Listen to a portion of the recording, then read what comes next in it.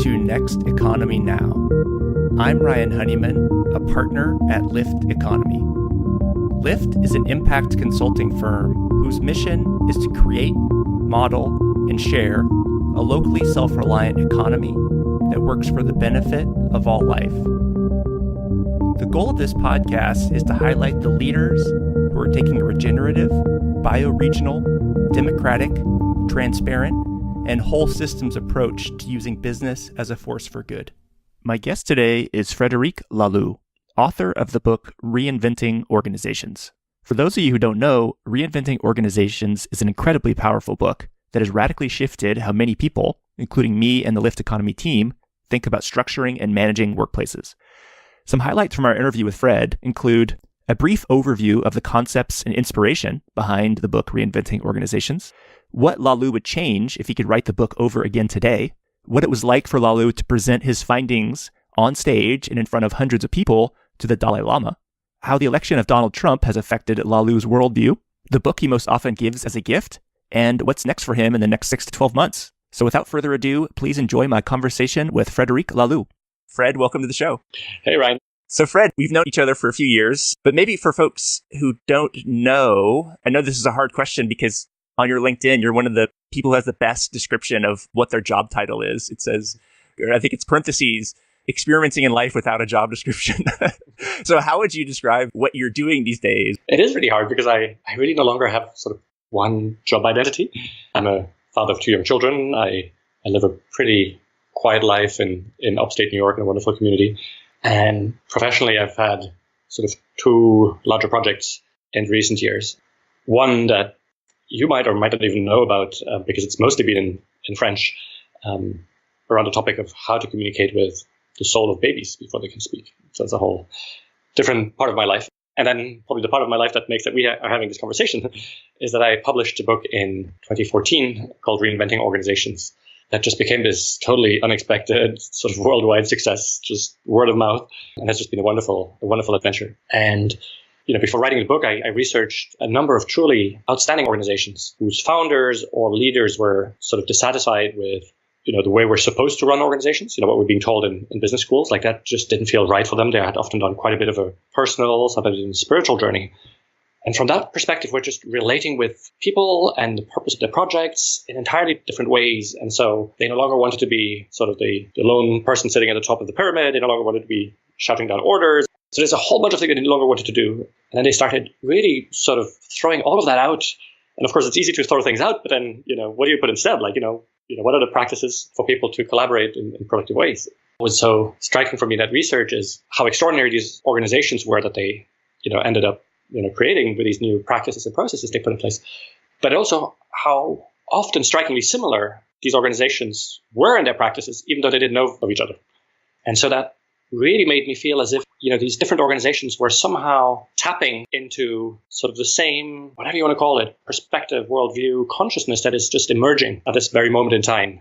And that's just been, extraordinary for me to research. And it's made that I look at organizations in a whole different way now. And that's what people tell me very often that who've read the book is like, once I've seen this, I can no longer unsee it, And so I look at traditional organizations in a very different way, like, almost as if they were sort of pathetic or so, or at least in bad need of upgrade. And what's been extraordinary now is just to see that there's just probably hundreds or thousands of organizations that I hear of that, are in the middle of pretty radical transitions, and the stories there are just extraordinary. Yeah, I recently saw a video of you doing an interview with the Dalai Lama. Could you maybe describe how was that experience, just sitting next to the Dalai Lama and trying to explain reinventing organizations to him? Yeah, as I was preparing this, I was wondering. So this was sort of part of the conference where you're supposed to share, some of your findings and research with the Dalai Lama, and I was just like wondering, like, how do I even talk to, His Holiness, like, hey, Dalai, let me teach you one thing or two about organizations, like, in case you're still running your whole thing a bit autocratically, like, it was a pretty extraordinary experience. I mean, for one, if I'm really honest, like, this is just a wonderful mark of recognition. For me, this is more sort of interesting as a recognition than, whatever, being a Harvard Business Review or, like, and just he was tired that particular day, but, he asked his translator to translate pretty much everything.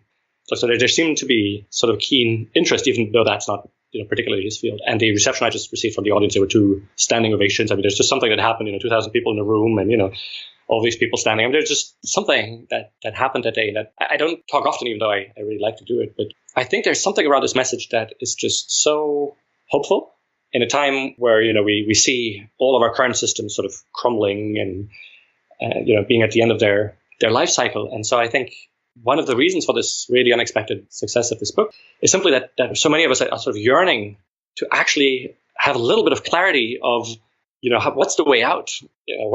What is on the other side? What is the new systems that are currently emerging? And I think that happened that particular morning with the Dalai Lama. I didn't see at the end of the video, but did he start to respond to your explanation and kind of give some thoughts or opinions on it?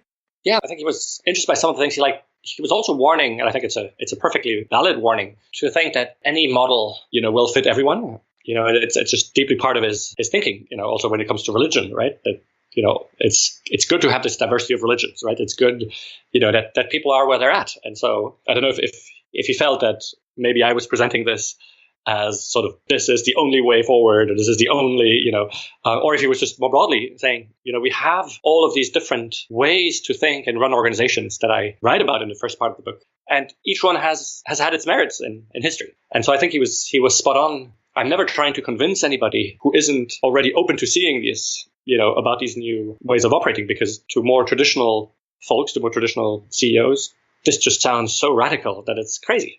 Right. And for other people who have been ready for this and who've been suffering with the existing model, they just read it and it's just obvious. They just go like, of course, this is what we need to do. Right. So it's really interesting, depending on how we look at the world, how the same practices can seem totally crazy or just the most obvious thing to do.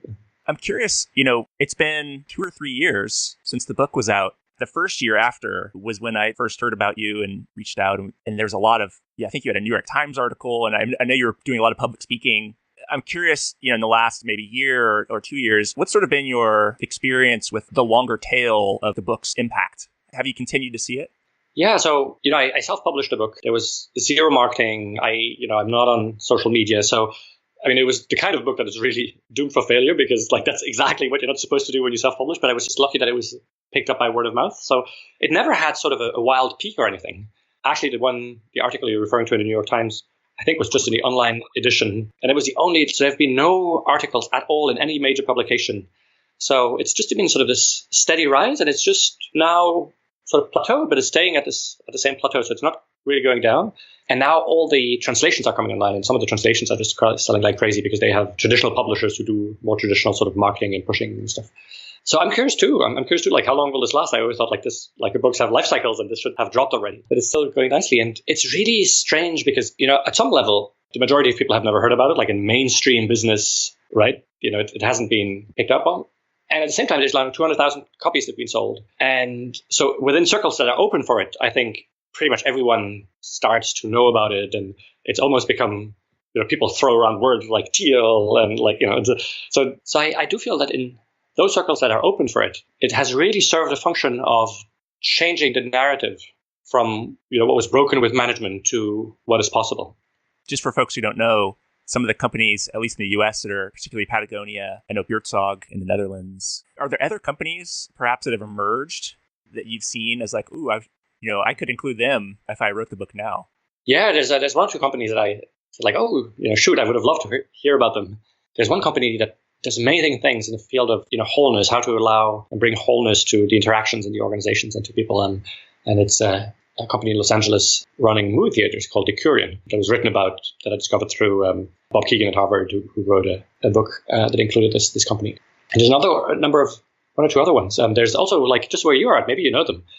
I thought this amazing small book called Sacred Commerce about the Gratitudes Cafes. They're like a chain of coffee shops. They're not afraid of really beautiful sort of spiritually informed practices, but spiritual not in the sense of religious, but simply, how can we honor, what is deepest and most essential in each of us. And there's a beautiful little book around that. And I also thought hey, too bad that I didn't hear about them. Let me tell you one anecdote, just because I think you'll appreciate that, the Matthew Engelhardt writes about in this book that just blew my mind. And it's one of those things, as often, it's so shocking. And at the same time, so if you think about it, it's so obvious, right? So they run these coffee shops. And in one of the coffee shops in the Bay Area, one of the persons working there, obviously was stealing money from the till. So money was, disappearing. And so the founder called a meeting, outside of hours with everyone working there.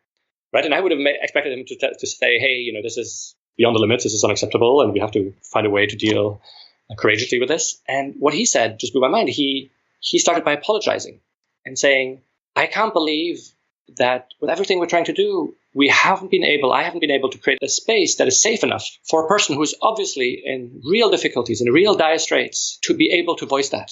And that person felt like he or she had to steal money because he or she couldn't talk about. And what a failure on our part that we haven't created a space that is safe enough for people to show up whole and to share where they're at in their difficulties and for us to collectively seek for solutions.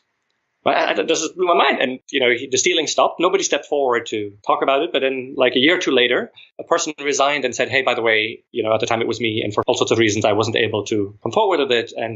But the stealing stopped. And, everybody, it's just I thought it was just such a beautiful. I love that story. But coming back to your questions about, other organizations, what I'm also just excited about is to hear about all these organizations who are in the middle, of fundamental transitions inspired by my book, or sometimes, they didn't need my book, or the book was just one more thing to help them along the way. And frustratingly, some of the really big ones, like there's some organizations, 6,000 people or 60,000 people, who are really doing big things and they don't want to go public about it, which is a bit frustrating for me. For instance, here in the US, there's a Wall Street listed US-based but global manufacturing company that has like 6,000 people. They have something like 60 locations around the world, but they're Wall Street listed, and so they don't feel like they want to go public about it because probably most investors wouldn't understand what they're trying to do. Sometimes it's a bit frustrating. There's a number of organizations in Europe, and there's 60,000, 200,000 people who are doing really radical experiments, and again, they don't want to go public about it, and it's burning my tongue to say more about it. But so that is, I think, an interesting reflection on our times where there's a number, not hundreds, but a handful or two of CEOs of really large organizations who really understand that the system is broken, which I didn't think they were ready for yet. But some of them are really ready to say that. And simply, they feel like the press or certainly the investors would give them a very hard time. So the times are ready and aren't ready, right? So they're ready for all of the privately owned companies, and there's lots of them out there and who feel totally open to talk about it because the owners are happy to talk about it. But when it comes to the big elephants, it's just sort of at this tipping point, I feel. Yes, it's kind of similar to the B Corp movement where there's larger companies who are looking at it. And there's actually just one company that went public as a benefit corporation. So they now have this legal duty to consider more than just profits when making decisions. And there was a big fear that when they did that, or whoever did it first, Wall Street would punish them because it's sort of like they don't understand a company that would consider more than just profits. But the company's doing fine. It's called Laureate Education. But it's kind of curious that, like you said, we're almost in between two stories. I've been reading, do you know Charles Eisenstein? Yeah, of course. Yeah. The story of separation, right? Now we're kind of coming to the story of interbeing. Very interesting. How has the election of Donald Trump affected your outlook on life? Do you see this as evidence of, oh no, the shadow is still so strong and we're actually a lot less far along than we thought? Or do you see a silver lining as like, this is just the shadow emerging, but it's necessary to emerge in order to move past it? Or how do you kind of feel? I had just moved to the United States 2 or 3 months earlier, so it really was a shock for me. And I really felt down for quite a while, so it did affect me, especially knowing that it wouldn't affect me in the sense of, I would probably be one of the last to be affected because, I'm white, I'm self-employed, and, I have all sorts of privileges, quote unquote, right? And so many people would be hurt before I would. But it came on the tail of when I moved here, I started reading quite a bit on race because I wanted to understand, as a white man moving to the United States from Europe, what race is like. And I still plan to read in the same way about, Native Americans. And, so there are these two sort of huge founding crimes of this country, right? And what struck me reading about race, it was really depressing for me, was to see how, this white supremacy and the racism is always morphing. Like every time it looks like there's a victory, it just takes another form, another shape, right? And so I think that was one of the reasons why I was so depressed with the Trump election, of seeing, hey, actually appealing to all of these lowest instincts, there's still all of that base, that is resonating with that. So now if I do take a step back, I do see that there is, I think, sort of an evolutionary value in this of sort of bringing shadow to the light, and that there's real value in just showing how exhausted our systems is, including our democratic system. So this might be a whole different stream, and I don't know how deeply we want to go into that, but just as I sense that we are invited to fundamentally rethink how we manage organizations, I think that democracy as we're practicing it, is past its due date. Just as with organizations, there's all of this experimentation happening all around the world of systems where we no longer delegate our power away for 4 years, but systems where crowd on massive scales can actually come together and make powerful decisions. And I started researching this a little bit. We actually now know how to do these, just like with these organizations, and it works. I think we're just not ready for it from our mental perspective, or we're not maybe ready to see that possibility, but the actual systems are robust and they work. And so I think what this just points to is how exhausted the system is, where we are powerless sort of 99.9% of the time, except these few minutes where we vote. And even then, our vote is sort of restrained to Hillary versus Trump. And so in big part, I see what's happening here, but also in Brexit and in many places in Europe as sort of an adolescent rebellion of people that, if they're still treated as having no power, will rebel in stupid ways. And what this is indicating for me is we need to build systems where citizens, can contribute as adults and no longer delegate their power away. I'd love to dive in that a little bit. So is it direct democracy, large scale decision making? Maybe you could explain more about this idea of we're currently delegating power out for 4 years. What's sort of the systems that you've seen working on maybe a larger scale where it's more direct? Yeah, I mean, there's stuff happening all around the world. If I take just one piece, for instance, or, because this is one that's happening in quite a few places in the United States. There's one thing called participatory budgeting that was started in Brazil and Porto Alegre in 1989. And it's the idea that municipal levels, but you can imagine at other levels, the discretionary spending of the budget, so the thing that you can freely sort of allocate, rather than having elected officials decide where it goes, you actually organize something where everyone in the community can contribute projects. People are helped and coached and to flesh out their projects, to present them. And then everyone who wants to participate puts in their money. So if there's 10 million budget and there's whatever, that municipality, 100,000 people living there, it basically means that everybody has $100. So everybody just allocates, and there's some sort of crowd intelligence that happens where the right projects get funded. And there's now 3,000 cities around the world that are doing this every year. I mean, and it just multiplies and multiplies and multiplies, because what you see is that mayors who do this get reelected every time.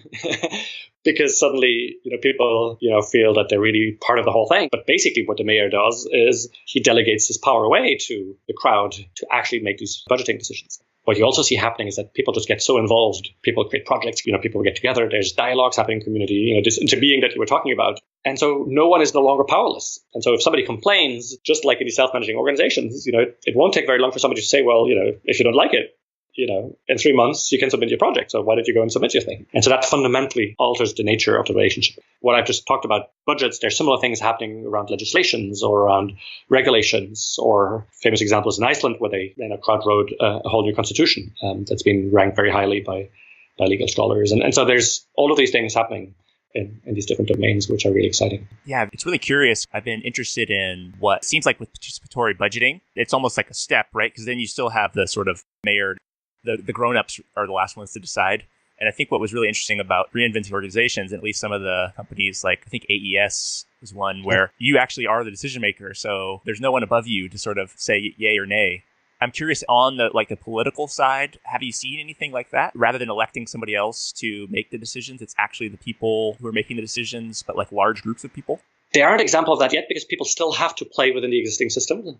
But what it shows is that, so you have, areas where parliaments have basically outsourced their whole deliberation and proposal project. And we're still at the stage where, yes, the parliament has to rubber stamp it, because that's just how our institutions are built up, right? But what I can totally see happening is, as trust grows in these systems, people will come and say, but what's then still the role of the parliament? Why do we still, need somebody to rubber stamp things when actually much more democratic process, has actually come up with great solutions, right? Or why do we actually still need a mayor who who has the formal power of actually validating something, So I think we're still certainly a whole number of years away from that realization. But the more we practice these things, right, the more we'll come to see that we actually don't need these grown-ups, as you call them, because the grown-ups are actually in the room deliberating and making decisions. One other question on the book is, knowing what you know now, is there anything that you would have done differently in writing or the sort of launch of the book? I'm kind of curious your thoughts on that. So yeah, there's a few companies that I wish I had known about, like, Decurion and Cafe Gratitude and these kind of things. But other than that, there's some areas where I feel like there's often misunderstandings that people have, around self-management. Like, the standard misunderstanding is that self-management is a free-for-all. Like, anybody can just do whatever they want. It's no processes, no practices, no structure. And so I feel like, have I not been clear enough? But then when I look in the book, like, I don't think I could have said it more often than that, right? Like, no, self-management, there are structures, it's just different structures, and they're still, but maybe I wasn't clear enough, right? And also on sort of this piece that, this evolutionary purpose, I think I could also maybe at times have been more clear that what I'm talking about is not so much organizations having a noble purpose. Like, some people simply equate that with having a noble purpose, right? Which is not what I'm talking about. what I'm talking about is this notion that you no longer project things onto the organization. You no longer sort of try to predict and control the future for the organization. You're actually sort of constantly sensing and responding by listening to the purpose of the organization. And so some people sometimes, I think, still make a shortcut of thinking that just means having a noble purpose. And then we can still continue doing our 5-year plans and sort of, strategic planning in the old way, which is not what I was trying to convey. Because really, I think you've written an article about this, right? What Reinventing Organization talks about is really sort of the internal practices, is basically management, right? What I'm not really talking about is what these organizations do in the outside world, like how much they participate in, regenerating, the biosphere and, what they do socially outside of the organization, which is, what B Corps, are about, and which is really the stuff that you're involved in. In these ways, these two things are very complementary, right? So what I was looking for was really mostly sort of the internal structures and practices. What are you most excited about right now, either on a personal or professional level? Actually, for the moment, I'm in part taking a step back because my wife is just so excited about a book she's writing, and it's all consuming to her. And so we've just decided, that's literally 2 weeks ago, that, we tend to have a pretty 50-50% split of task, that going forward for a number of months, I would do a disproportionate share of the task around the house and with the children, and so that she can focus as much as she can and wants on the writing. Other than that, I'm still excited to hear about organizations who are in their transition. And so one of the things that I think I might start doing relatively soon is maybe shoot a series of 50, 60 videos. So very simple. I'm just going to put a camera in front of me and shoot myself. And in sharing some of the lessons learned of organizations who are in this transition. I see some common pitfalls, some common mistakes, but I also see some brilliant things that I wouldn't have thought about. And so every time I hear from one of these organizations, I speak with CEO or a team in one of these organizations, I'm just so excited by what I see and learn. And so I have this whole list of things. And I think it could be a really powerful way to share some of those learnings. Because I'm tired of writing, I feel like these videos could be a very easy way for me to do this, and also a very easy way for people to share it. Like I could totally see somebody in an organization watching one of these short videos and going like, "Whoa, this is exactly sort of the trap that we're falling into. Hey guys, everyone needs to see it." And a video might then be a much easier way to share it than a new book. So that's one of the things that I will probably do next to the other things. I'm pretty involved here in my local little eco-village and spend a lot of time with my children. So there's very few hours I have. I'm trying to stay abreast somewhat with this overload of emails I receive, and maybe I will continue researching a bit on these new forms of political governance, and maybe that has a book in it at some point. It's funny you mentioned video, and for me, this podcast came from being tired of writing because you can talk to someone and just sort of get the essence, and it's an interesting conversation as opposed to here, let me interview you, and I'll record it, and then I'll write it all down and synthesize it in an article. So I support your notion of doing something more visually or auditorially. You were mentioning Charles Eisenstein before, who's this author that I also very highly respect. I think he just writes amazing things. And the other day I spent some time with one of his close friends and person who works with him, and she told me that he just writes something and his first draft is perfect, is immediately publishable. And I was so frustrated to hear that. I'm so jealous of that because that is so not my strengths. I think my strength is in researching and in structuring, but the actual writing, it just takes me 3 or 4 rounds of edits before the thing is actually publishable, and it just takes so much time. And so when I heard that, and I suspected it because he just writes beautifully, and his writing is just crystal clear, and I almost suspected that this guy is just able to get his first draft perfect. I remember listening to an interview with Michael Lewis, who wrote Hardball or Moneyball, about the baseball team who does sort of, they use computer algorithms to choose their best players. It is Flash Boys. And he said that once he does some initial research, but then he just writes, and it's so much fun for him. He has headphones and he's laughing to himself. I'm like, oh, I hate you. But I resonate with that. It's difficult writing. What about for folks who are curious, what's the book besides Reinventing Organizations that you most often give as a gift? Oh, that's a good question, because I often buy sort of books in bulks just to give them away. So there's this author called Parker Palmer, who's this beautiful, wise old man. He's now in his 70s.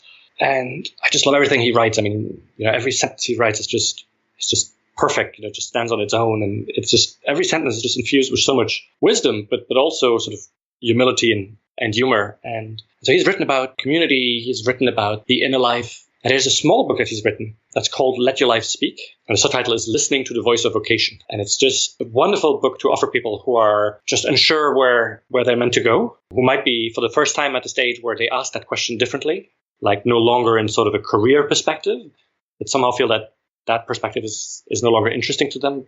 But then like wonder, like, what is it that, wants to happen? And he has this beautiful thing that he writes in there about that he understood at some point that he should stop wondering what life he's meant to live, but instead listen to the life that wants to be lived through him, which I think is just such a beautiful way of saying it. And so it's just a wonderful little book that's been sort of one of these slow but total bestsellers. So that's a book I give away. I give away quite a bit. In the same vein, I've given away another book called Working Identities. It's also around people who make fundamental career changes, by a woman called Herminia Ibarra. I don't know why, but I seem to maybe that's just the age we're at in our 40s, but have a lot of people, contact me because they feel like they want to do something fundamentally different. And I've given away quite a few of Charles Eisenstein's books, Sacred Economics, as just a wonderful book around, how our whole monetary system, is meant to change, how, we might transition to something that looks more like the gift economy. And so for me, it's been usually impactful and inspirational. And most of the stuff that I do now is in the gift economy.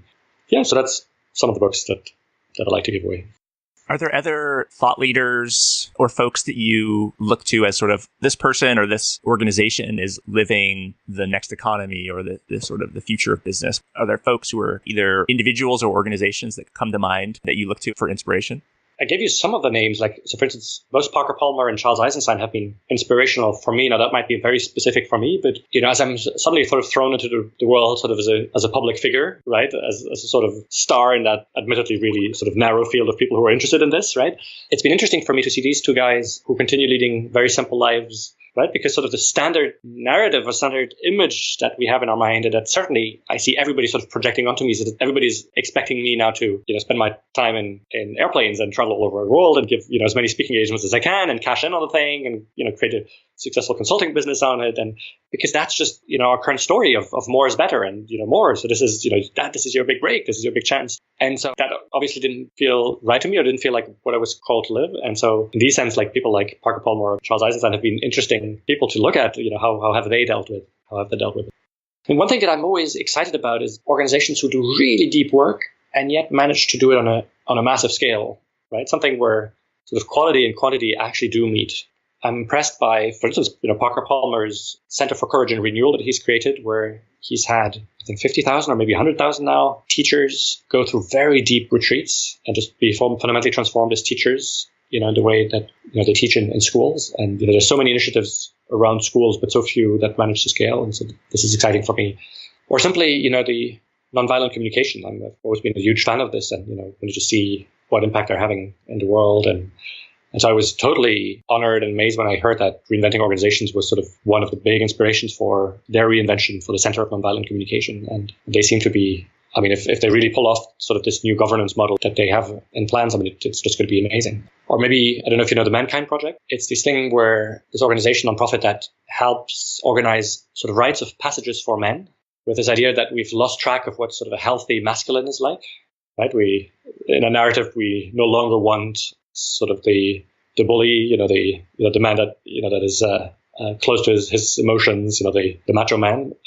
But what is the alternative? Is it sort of this wimp, the man that always apologizes for everything and for all the crimes being done in the name of mankind, of man. And so they recognize that we're lacking a healthy idea of masculine. And they link that to the fact that we no longer have rites of passages that all traditional societies have. This moment when you're 15, 16, when you're being taught in very profound ways that, my son, now you're a man and you have these amazing powers that come with that strength, and now use it for the good. They've had now also, I think, something like 50,000 or 100,000 men around the world who've gone through these rites of passages. And I've done it. And every single man who's done it, I think, has found it that it was deeply transformative. So yeah, that was just like spontaneously something that came up. Is like, these organizations who manage to do really deep stuff at a large level. I find that very inspiring. I'm glad you spoke about at least the Mankind. A friend of mine and we were just talking about that 2 weeks ago. Is what does it look like for the future of men to not be, how they've been for so long. And so I'm all looking into that. I'm really glad you mentioned that one. Maybe in the last few questions here, what do people never ask you that you wish they did? one question that comes to mind now, I'm talking specifically around people who are transforming organizations, inspired and powered by reinventing organizations. And one thing I notice that I find myself doing with them pretty much every time is having a profound conversation around, why do you feel called to do this? So the question, I guess, is, I would love someone to potentially ask me is like, help me understand why I'm doing this. It would be so much easier and safer to just do sort of not the traditional thing, maybe not safer, but easier. And what I find is that people often, struggle to get others along, or at least aren't as powerful in getting other people in the organization along, because they haven't yet really connected very deeply with what it is that is calling them to do that thing, right? And so they throw out concept there. I think we should do self-management, and I think we should do this, and we should. And then it's very easy to sort of attack these concepts and say, but self-management is right for us, and we're not ready, and we're not. But once they've connected to sort of their profound yearning or their pain, and they connect to some stories, and sometimes they're stories, all along their lives, like even from childhood, where they found that some things were destructing, and they become so incredibly powerful. It's really because they fuel from something deep inside, and everybody just notices it. Everybody resonates. Everybody wants to help and make that happen. And so this is, I think, really something profound I've noticed over the last few years in having these conversations. So I think really one interesting conversation that I'd invite people into, like people who listen to this podcast, if they're somewhere in a journey or just starting a journey to transform their organizations, before you do that, find a good friend, really deep, trusted friend, who's good at helping you sort things through, and ask that friend, why am I called to do this? And look for stories, not abstract concepts. I love that. If we had another hour, I'd ask you. One of the last two questions here is, what do you need right now? We often ask guests, how can people help you grow this next economy? By doing their thing and leaving me alone. No, I'm kidding. By sending you lots of emails, right? No, just kidding. Exactly. No, by just going out there and doing stuff. So what I've been trying to do is encourage other people to just go out there and do things. And one of the things that have happened, there's a whole newsletter and media hub called Enlivening Edge that has grown around the book. And one of the things is I haven't done anything for it. It's just people who felt that needed to happen, and they did it. And other people are doing meetups, and other people are creating, book clubs, and other people are doing CEO meetups. And I just encourage everyone to just go out there and do it. And I don't want this whole, the potential of all of this to be limited by sort of the few hours I can give it in a day. So by any means, go out there and make stuff happen. So just for folks who would like more information, it's enliveningedge, I think, .org. Yeah. And then there's the Reinventing Organizations website. Maybe just a few of the websites that are there's more. A website called Reinventing Organizations that has all of these links. There is a wiki called Reinventing Organizations Wiki, all in one word.com. That sort of details these practices, and there's a group of people who are starting to do research on more organizations to fill the wiki with more knowledge. But the idea is to have sort of a central repository with more details than the book can have on each of these practices. Okay, so how do you make decisions in these organizations, and what do you do about budgets and stuff like that? That's a wonderful resource. And then I think the most important thing that needs to happen right now is that we share more stories. So I think that we're at this sort of tipping point for the narrative to change. Right. So when you talk about now organizations of thousands of people and no hierarchy whatsoever in a traditional sense, only natural hierarchies, no bosses, no subordinates, today that still sounds crazy. But the first time you read an article about an organization who does that and that is really successful, you go like, what? And the organization is successful? That sounds crazy. But the second time you read about that, you go like, that's interesting, so that's maybe not so crazy, right? And then the third or fifth time you go like, that just becomes part of the narrative, right? And maybe at some point, we'll have a tipping point where people go like, so you still have like a hierarchy, you still have a permit? Oh, okay, that's okay, And so I think one of the most urgent tasks right now is to write and write and write. And so I just love to see journalists, go out there and write things, and they can actually contact me, and I will respond and give the names of organizations to research. But I'd also love to invite organizations who are in the middle of their transformation to write about it and write blogs about it. There's one or two organizations who've done that, Offer and Fitzy, sort of smaller tech organizations, and they've had quite a following of people really following along. And so that to me seems the most crucial part. So yeah, taking back to your question, that's I think what people really can do to sort of further this movement. Yeah, Fitzy is also a B Corp. I know those guys do well. Well, thank you so much, Fred. It's been amazing to catch up, and I just hope that you enjoy stepping back and spending time with the kids over the next 6 months. I will. I have no doubt about that. All right, until next time. Next Economy Now is a production of Lift Economy. To listen to all of our past episodes, visit www.lifteconomy.com. You can also subscribe to this podcast in iTunes, Overcast, Stitcher, or wherever you get your podcast. Once again, thanks for listening.